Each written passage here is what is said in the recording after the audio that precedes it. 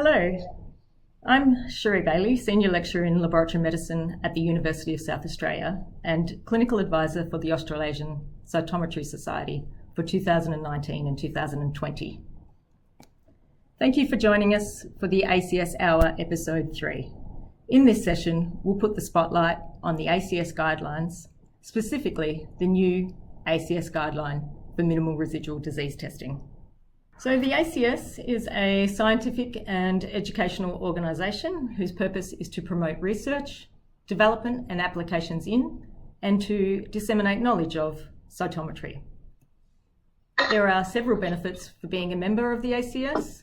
The clinical guidelines have served as a networking platform for members who are involved in the ACS clinical guidelines. Members receive discounts to ACS events and access to members-only events.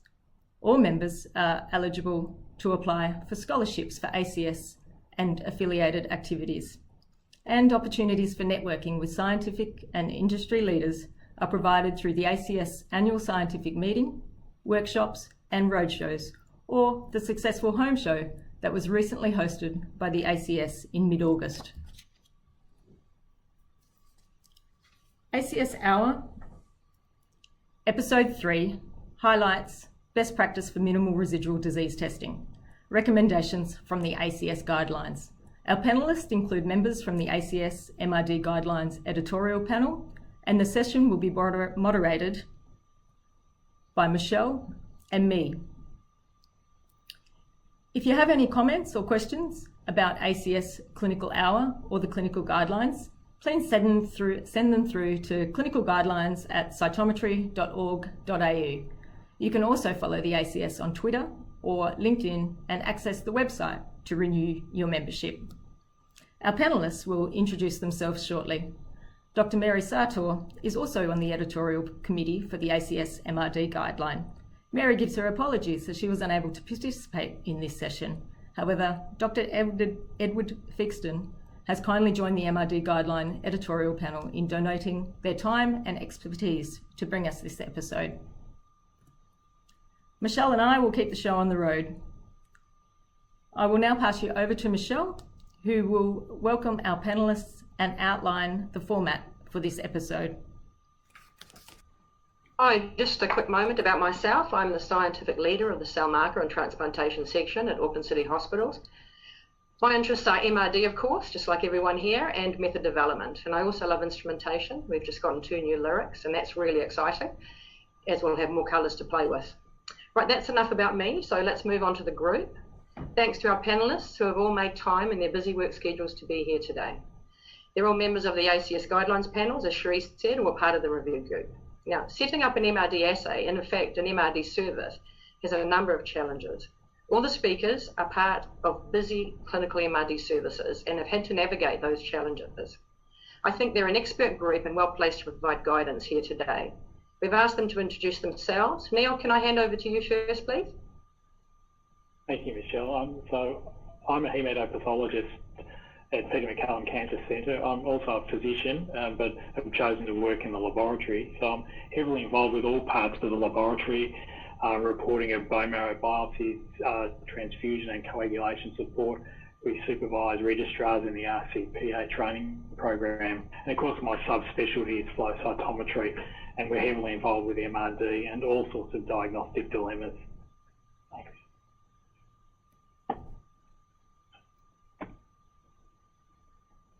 I am Aruna Kodituwakku. I'm an immunopathologist at Petrasich, Queensland, Royal Brisbane and Women's Hospital in Brisbane. I also work as a visiting immunopathologist at St. Vincent's Hospital in Sydney.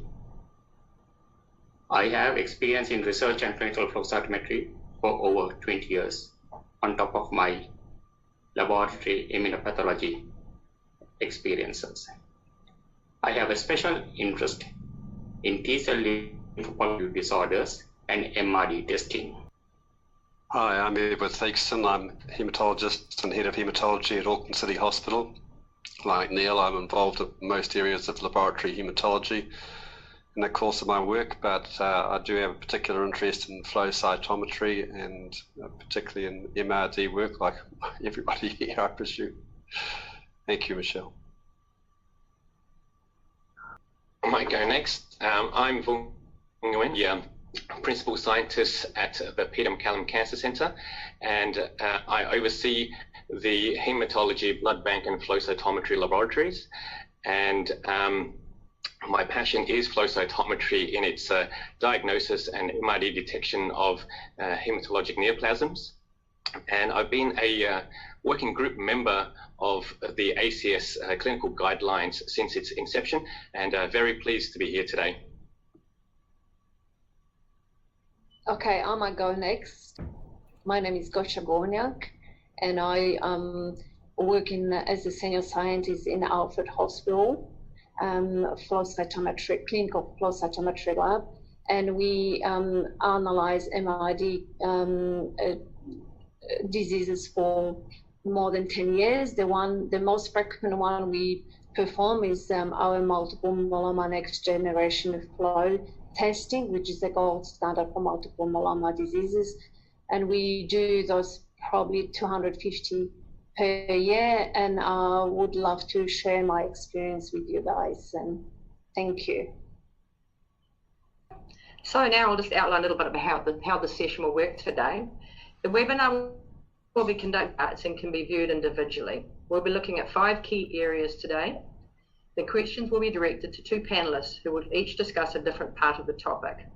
Sheree, can you show the slide, please? Sure. Thank you.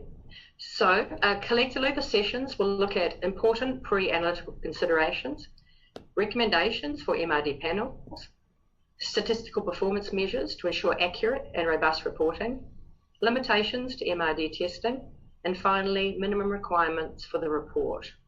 Just a reminder that the ACS MRD guidelines can be found at the ACS website, cytometry.org.au. Okay, so let's head into the first topic. Neil and Vuong will start us off today looking at our first topic, important pre-analytical considerations. Neil, can I hand over to you to start, please? Thanks, Michelle.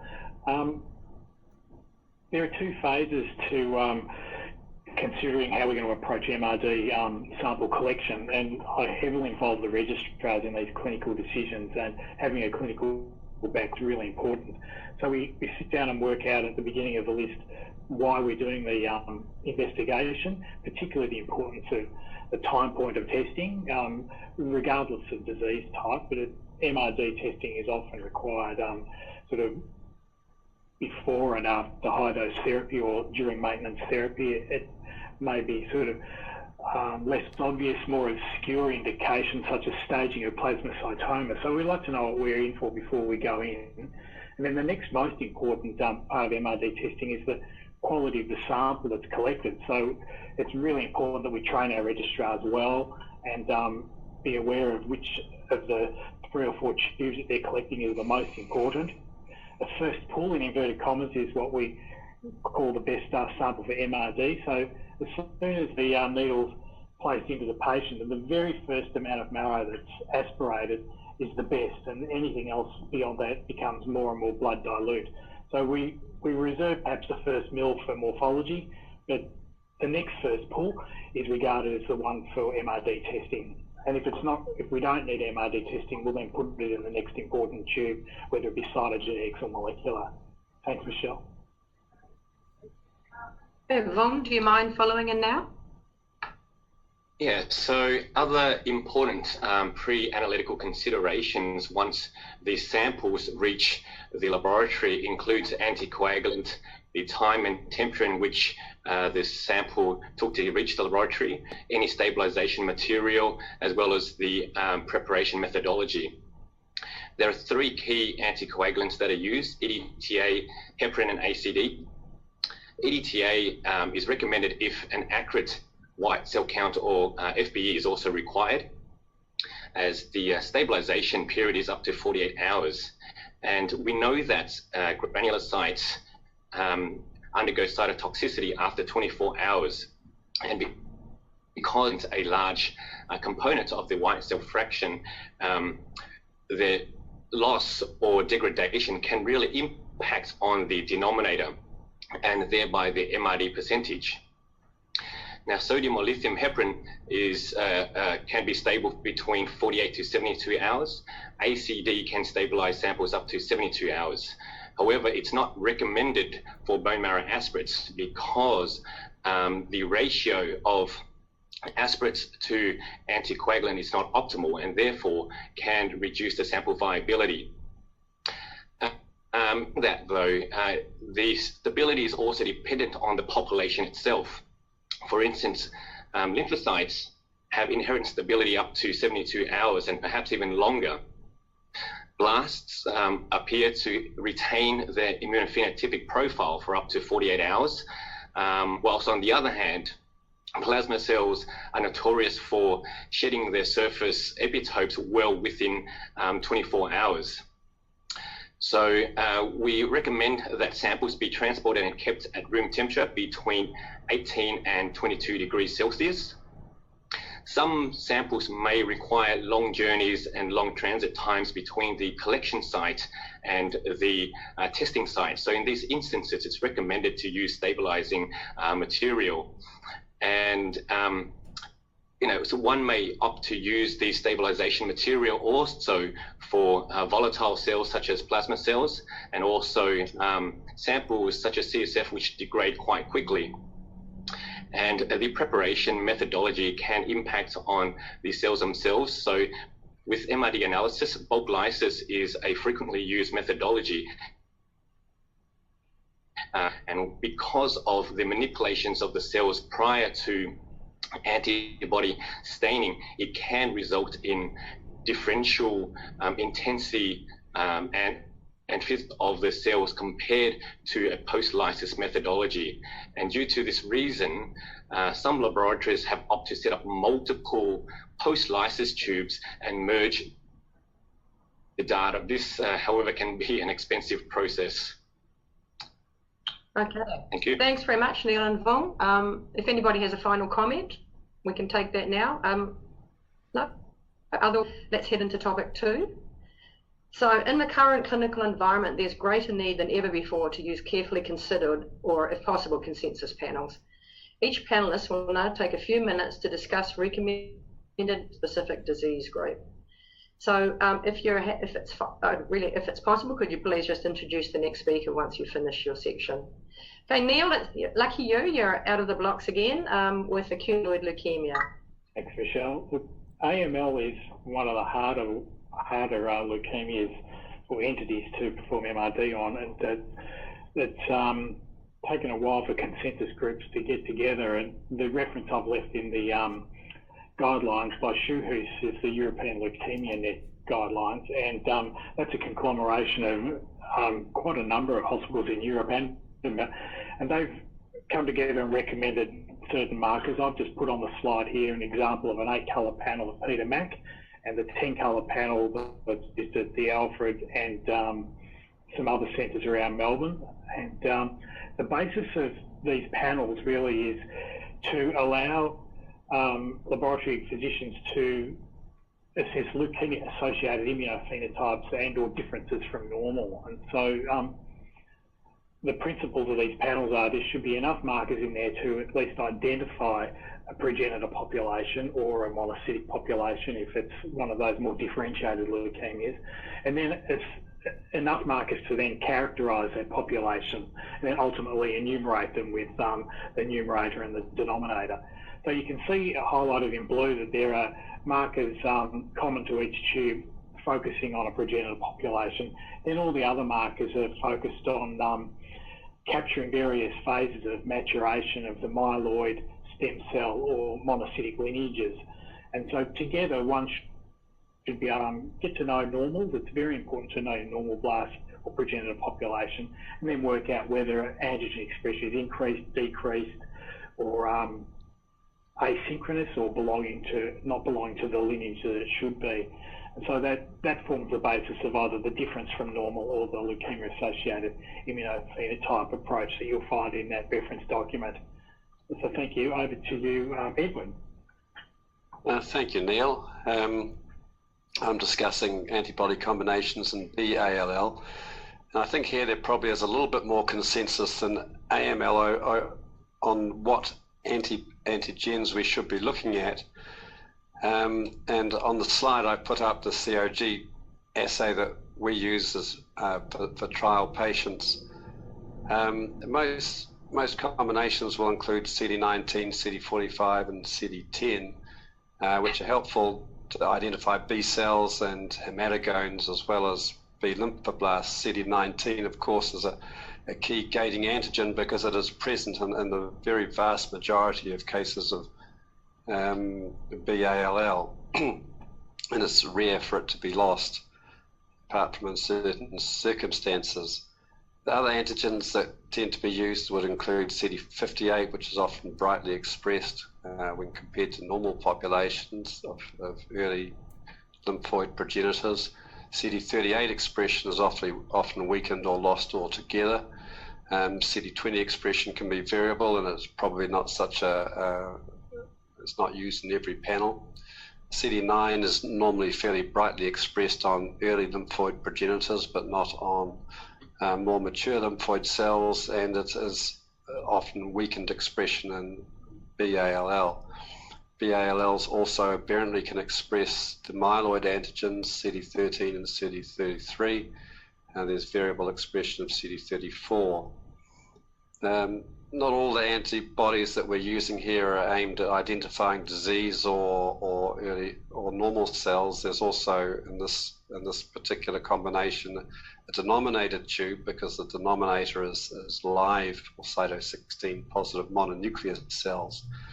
So we use the first two tubes to identify disease as a percentage of CD19 positive cells, and then we use the denominator tube to identify the percentage, the CD19 positive cells as a percentage of mononuclear cells, and there you can make your calculation for residual disease. Other antibodies that are used are CD81, which is usually fairly bright in normal progenitors, CD15, which is usually a myeloid antigen, and CD22, which can show weakened expression. And so the aim of these combinations is not just to identify, but also differentiate that disease from the presence of normal B progenitor cells. Particular problem that is coming on the horizon with most of the MRD assays, of course, is that the antigens that we like to target for gating are also attractive to clinicians as a target for monoclonal antibody therapy or CAR T-cell therapy also. And people have developed strategies to look at other antigens as key gating antibodies, and I put a combination there that the Seattle group have proposed for these patients, which identifies B cells through a combination of CD22 and CD24, getting rid of granulocytes, which can also express CD24 using CD66B. Yeah, and I think probably over to Aruna from this point. Thanks, Edward. So I will deal with the TLL MRD panel. There's no universal consensus on the approach for the analysis. It is still under evaluation. The Euroflow and the COG have published some recommendation for the markers. The TLLs are a heterogeneous group of malignancies resulted from expression of immature B cell precursors arrested at specific stages of maturation within the thymus. Therefore, detection of any immature T cells in peripheral blood, bone marrow, or tissue other than the thymus is considered to be abnormal. The markers should be able to identify the malignant from normal thymocyte. It should help to classify the TLL according to the maturation stage. Now, in terms of the markers, the minimum markers recommended would be CD7 to surface CD3, 4, 5, 8, 10, CD3, 34, 45, 56 with plus or minus 16. Now, CD7 is expressed always in these TLL cells. Therefore, it's used as a gating marker on a side scatter versus CD7 plot. CD5, surface CD3, and cytoplasmic CD3 could be the backbone markers. And CD3, surface and cytoplasm identify the T cell lineage. And 2, 5, 4, and 8 are used as T cell markers, and also 4 and 8 can be helpful to identify the maturation stage. CD1A, CD10, 34, and the optional markers that we could use would be 99, 117, 123, and TDT. So these could be used as immature markers, and especially the CD13 and 33 and rarely 117 are helpful to identify early T cell progenitor thymocytes. And in this panel, it is important to exclude NK cells because NK cells could be CD7 positive. To get out NK cells, we use CD56. And I also recommend to use 16 because there could be few NK cells negative for CD56. And 123 is included and sometimes useful to get out the plasmacytoid dendritic cells because CD7 and CD4 can be on PDCs. Now over to Gosia. Okay, I'm going to talk about the test requirements for multiple myeloma MRD. And the best example of the basic requirements of the gold standard is the next generation this by Euroflow consortium. And of course, the other panels can be used if they can mimic or go above those golden standards. So obviously, the panel has to be designed to have a sensitivity of to the -5 or higher. The gold standard panel here with the Euroflow next version panel, the markers are highly specified, and they are highly specified for the reasons. Reason that the panel needs to differentiate normal from abnormal, and the markers are selected to powerfully differentiate between the normal plasma cells and abnormal. And not one marker can be used, but multiple aberrances have to be included. So you need to have more than 8 color flow cytometer to be able to do that. And also the requirement is that you confirm your aberrant plasma cells for the clonality with the cytoplasmic kappa or lambda restriction. So if you could go to the next slide, that will show the minimum markers that are required to detect or different from normal aberrances. You have to have at least 8 surface markers, which are listed here, and the cytoplasmic kappa and lambda for confirmation of your clonality. So we've highlighted in our ACS guideline, you have to have at least 4 gating mark. Obviously, everyone is familiar that we need to have CD138, but CD38 together with 45 and 19, it is a must to be used for gating. The principle of using those multiple gating antibodies in gating is that it gives you a power of selecting all total plasma cells, and then the 19 is the most powerful marker in differentiating between normal and abnormal, as 96% of aberrant plasma cells will lack CD19. The Euroflow panel, because it had only 8 colors at the time, designed 2-tube panel, and you can see that they use they use for the gating strategy a bit more than 4, which we have indicated in our ACS guidelines. And the purpose of this is that when the total plasma cells are selected, the combined aberrancies are used to select a clone which might be aberrant. And so we're looking for aberrant expression and always comparing to the normal population of plasma cells. So let's say the CD38 is usually downregulated on aberrant plasma cells. CD138 is usually upregulated, and 27 is downregulated of aberrant plasma cells. Very often you see bright CD56 on those plasma cells, and you can see the strength of every given antibody which aims at the selecting and differentiating from normal. So there is no need for a diagnostic phenotype, but the downturn is that you need to have a cytoplasmic kappa or lambda to confirm that the clone that was selected is actually clonal. The one caveat is that you can have more than one clonal plasma cell present, and you have to list all of those. So I think that's the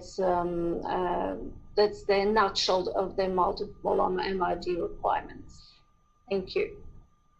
Okay, so over to me, I guess.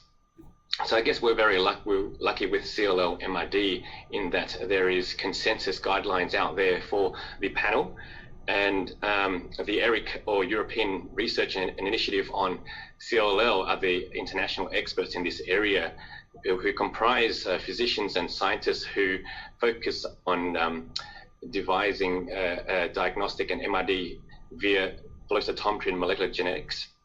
And in 2007, they published a landmark article which assessed 9 different combinations of 4-color panels, and ultimately recommending a 3-tube 4-color assay. They recommended CD19 and CD5 as core backbone markers, whilst incorporating CD20, CD38, CD81, CD22, CD43, and CD79B as additional markers to best discriminate CLL cells from their normal counterparts. And then with the advent of technology in 2013, they merged this 3-tube panel into a 2-tube 6-color assay, and again utilizing CD5, 19, and 20 as backbone markers. They also incorporated CD3, which might appear as an unusual marker because it's a T cell marker in a B cell MRD assay. But the primary reason why they included the CD3 was to remove non-specific binding, or more specifically, the coincidence events of co-expression of CD19 and CD3. And this is particularly important down at the clinical threshold sensitivity of 0.01% where clinical decisions are made, and this may skew results one way or another.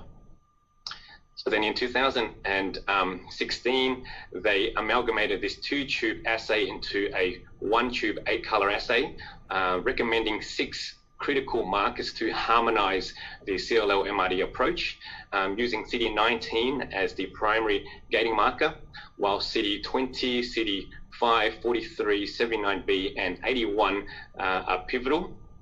And if one was utilizing an 8-color system configuration, that would mean they'd have an additional 2 more channels to place antibodies. And you can select from a repertoire of other markers, including CD22, CD3, CD200, CD23, or even ROR1. So we can see from the dot plots that with the different permutations and combinations of markers, we can easily discern the CLL cells away from the B cell progenitors, as well as the mature polyclonal B cells. That's it from me. Look, thank you very much, everyone. That was a thorough summation of the state of the play for MRD panels. Does anybody have a final comment to add? If you don't mind, Neil, can I throw a question your way? Of course. So we know that AML is a very complex disease and MRD testing even more so. Did you arrive at your panel that you use in the lab today in one go, or did you have to go through several iterations of the panel to get to where you are with what you're using today? Yeah, we did take a couple of goes. It was when we designed this, it was way back when the 8-colour instruments were just coming in, and Euroflow hadn't published any of their panels. So we experienced some difficulties with some fluorochromes. From memory, Pacific Orange was causing a lot of trouble with autofluorescence, and as better markers came along, it took us about a year to bed down a good 8-colour panel. You might, if you rewind, when you're watching this webinar, you'll note that there's some redundancy. We have CD11B in the first and the last tube. But we're reluctant to change in a hurry because the backward compatibility is very important in monitoring the progress of patients. And look, some patients have unfortunate outcomes and aren't with us in 3 to 5 years, but really we'd like to keep this panel alive and well, so to speak, for the majority of patients' journeys. When we evolve to different instruments, we'll of course then hopefully keep that for a number of years as well. Thanks very much, Neil. Those are very salient points, So look, I'll bring part 1 to a close. Thanks to all our panellists for their contributions during the session. So we'll break now and then continue on with part 2. Thank